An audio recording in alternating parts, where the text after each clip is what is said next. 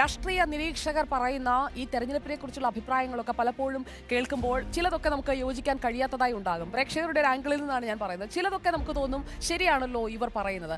അങ്ങനെ കുറെ കാലമായി പല തെരഞ്ഞെടുപ്പിലും പ്രവചനങ്ങൾ നടത്തി അതിൽ പലതും സക്സസ് ആയിട്ടുള്ള ഒരാളാണ് ഈ റാഷിദ് CP.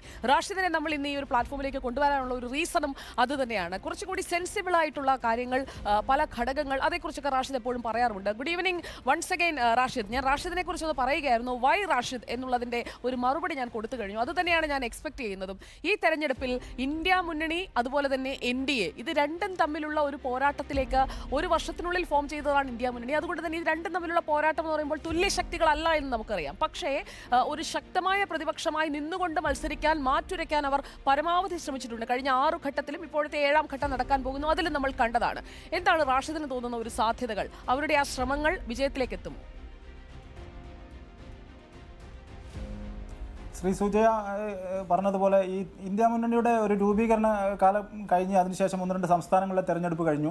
അപ്പോൾ ഇടയ്ക്കൊന്ന് അത് ബ്രേക്ക് ആയതുപോലെ തോന്നിയിരുന്നു. പിന്നീട് ലാസ്റ്റ് ലാപ്പിൽ ഈ തെരഞ്ഞെടുപ്പിനോടനുബന്ധിച്ച് വന്നപ്പോൾ ഈ കെജ്രിവാളിൻ്റെ അറസ്റ്റുമായി വന്ന് അത് അവർ സെറ്റ് ചെയ്ത ഒരു ടീം നല്ല രീതിയിൽ പെർഫോമൻസ് കാണിച്ചിട്ടുണ്ട്. പക്ഷേ അത് തെരഞ്ഞെടുപ്പിലെ റിസൾട്ടിന് എത്രത്തോളം അവർക്ക് ഗുണകരമായി മാറും എന്നുള്ളത് വലിയ പ്രതീക്ഷ എനിക്ക് നൽകുന്നില്ല. അപ്പോൾ പ്രത്യേകിച്ച് BJPയുടെ വലിയ രീതിയിലുള്ള ഒരു അപ്രമാദിത്വം രാജ്യത്ത് നിലനിൽക്കുമ്പോൾ അതിൽ ആ ഒരു അർത്ഥത്തിൽ പ്രതീക്ഷയില്ല. പ്രത്യേകിച്ച് നമ്മൾ എപ്പോഴും ഈ തെരഞ്ഞെടുപ്പുകളെ ഈ തരത്തിൽ പലതരത്തിൽ വിശകലനം ചെയ്യുമ്പോൾ നമ്മുടെ റിപ്പോർട്ടർമാരൊക്കെ ഇപ്പോൾ വിശകലനം ചെയ്യുന്ന ആവേശം കണ്ടപ്പോൾ എനിക്കും ഒരു ആശ്ചര്യം തോന്നി. പലതരത്തിൽ നമ്മൾ വിശകലനം ചെയ്യും. അതിൽ ദേശീയ തലത്തിൽ പ്രശാന്ത് കിഷോർ, യോഗേന്ദ്ര യാദവ് ഈ തരത്തിൽ അങ്ങ് താഴെത്തട്ടിലേക്ക് വരുമ്പോൾ പലതും ചെയ്യുന്നുണ്ടെങ്കിലും ഇപ്പോൾ സുജയ ചോദ്യത്തിൽ പറഞ്ഞതുപോലെ നമ്മൾ ഒരു കൃത്യമായ ഫിൽറ്ററിംഗ് ആണ് ഇതിനാവശ്യം. ഏത് സക്സസ് ആവും എന്നുള്ളതൊരു ഫിൽറ്ററിംഗ് ആണ് നമ്മൾ എല്ലാവരെയും ഒരു ശരിയായ ഒരു അനുമാനത്തിലേക്ക് എത്തിക്കുന്നത്.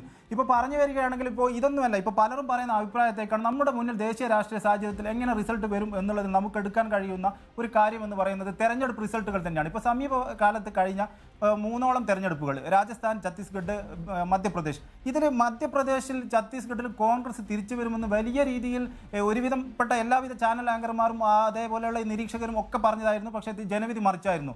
അപ്പോൾ അതവിടെ മാറ്റിവെച്ച് കഴിഞ്ഞാൽ 2019 ഇതേ ഒരു ലോക്സഭാ തെരഞ്ഞെടുപ്പിന് അനുബന്ധിച്ച് ഈ തെരഞ്ഞെടുപ്പ് ഇതേപോലെ അവിടെ തെരഞ്ഞെടുപ്പ് നടത്തുന്നുണ്ട്. അന്ന് കോൺഗ്രസിന് എഡ്ജ് കിട്ടിയ 3ഇടത്തും ഭരണം കിട്ടി.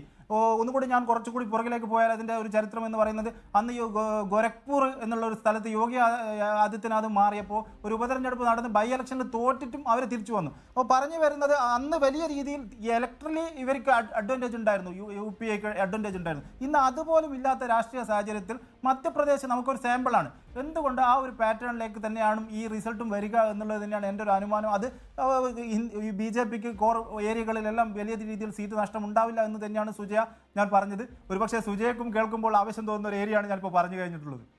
തീർച്ചയായും എൻ്റെ ആവേശം കുറച്ച് കൂടിയിട്ടുണ്ട്. അല്ലെങ്കിൽ തന്നെ എപ്പോഴും ആവേശമാണെന്നാണ് നമ്മുടെ സുഹൃത്തുക്കളൊക്കെ പറയുന്നത്. ഇത്തവണ എൻ്റെ ആവേശം കൂട്ടുന്ന ഘടകം എന്ന് വെച്ച് കഴിഞ്ഞാൽ നല്ല ഒരു മത്സരം കാണണം. അതിപ്പോൾ സ്പോർട്സ് ആയാലും ഇലക്ഷൻ പൊളിറ്റിക്സ് ആയാലും നല്ല ഒരു നമുക്ക് ത്രില്ലടിപ്പിക്കുന്ന ഒരു മാച്ച് ആയിരിക്കണം.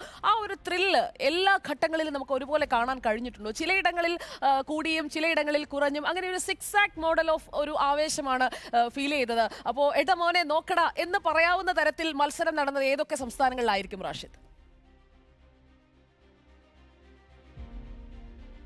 സംസ്ഥാനം എന്നുള്ളതിലൊക്കെ ആ പറയുന്ന ഒരു ആവേശത്തിനനുസരിച്ചുള്ള റിസൾട്ട് ഉണ്ടാവില്ല. വലിയ രീതിയിൽ ഒരു ക്ലോസ് ഫൈറ്റ് വരും എന്ന് ഞാൻ പ്രതീക്ഷിക്കുന്നില്ല. ഇപ്പോൾ കോൺഗ്രസിനെ സംബന്ധിച്ചിടത്തോളം കോൺഗ്രസ് തിരിച്ചു വരവിനുള്ള ഒരു നല്ല സാധ്യതയുള്ള ഒരു ഇടം നമ്മൾ പൊതുവെ ചർച്ച ചെയ്യുന്ന തെലുങ്കാനയാണ്. അവിടെ ഒരു ബെറ്റർ ഒരു ഏരിയയിലേക്ക് അവർ സീറ്റെണ്ണം വർദ്ധിപ്പിക്കും. അതുപോലെ കൃത്യമായിട്ട് നമുക്ക് പറയാൻ കഴിയുന്നില്ല. കഴിഞ്ഞ 2019 നിന്ന് മാറിയ ഒരു റിസൾട്ട് എവിടെ വരും എന്ന് ചോദിച്ചാൽ അത്ര എളുപ്പത്തിൽ പറയില്ല. ഇതേപോലെ റിസൾട്ടിൻ്റെ കാര്യത്തിൽ ഉണ്ടാവില്ല.